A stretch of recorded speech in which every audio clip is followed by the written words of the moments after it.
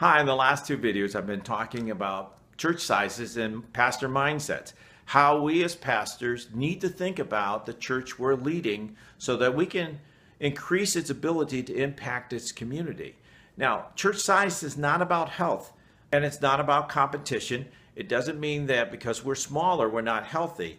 This is about how we think about leading the church into a bigger ministry if that's what God has put on our heart. So we talked about the family-sized church, which can grow up to 50. And in this church, a pastor has to become an equiper to train people how to do the work of the ministry so that they can participate with you in reaching the community. And then we talked about the single-cell church, the church where everyone's attached to the pastor, and how you as the pastor have to get the mindset of being a raiser up of shepherds, that someone else besides you has to shepherd people and guide them and take care of their spiritual needs so that you're freed up to offer leadership in areas that are appropriate for you. Today, I want to talk about the multi-cell church. The multi-cell church is a church that goes anywhere from 150 to 350 in size. And this church has turned the corner. It has people now attaching themselves to each other, to small groups perhaps, or to shepherds, so that they're no longer looking to the pastor and attaching themselves to the pastor, needing the pastor's attention in order to feel like they belong. See, in the single-cell church, they have to have a relationship with the pastor to belong.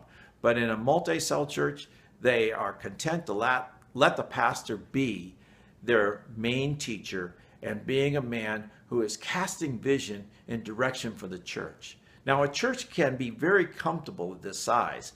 It usually has a building that's paid for, has a lot of good things going on, so people feel very happy at this size.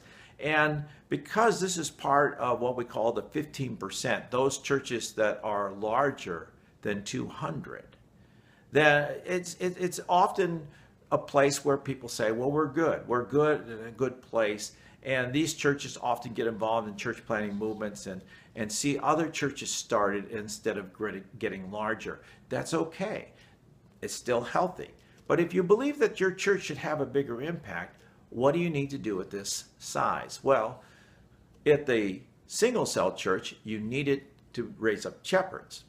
At the multi-cell church level, you need to raise up more leaders. And these leaders need to be trained differently than the shepherds. These leaders are looking at ministries that could impact the community and draw more people in.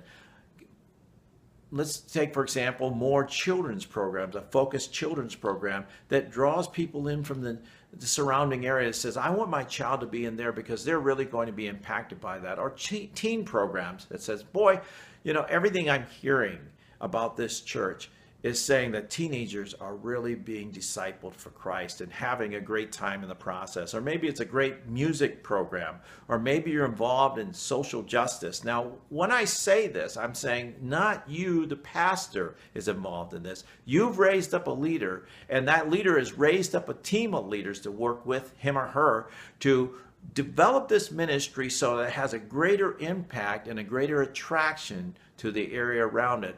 And this is what you have to do to move from a multi-cell church to the next level. Keep that in mind.